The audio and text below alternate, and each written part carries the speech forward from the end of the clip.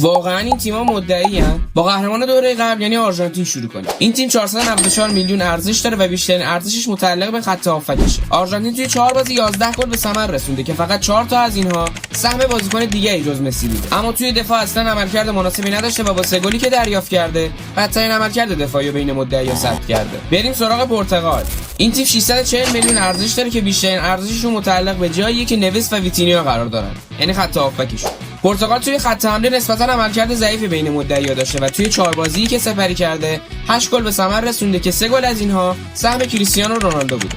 اونا در دفاع عملکرد بسیار متوسطی داشتن و 2 گل دریافت کردن. بریم سراغ اسپانیا. ترکیب حریف بعدی پرتغال توی مرحله 1/8 نهایی 820 میلیون ارزش داره که ارزشمندترین بازیکناشون پدری و کوبارسی هستند.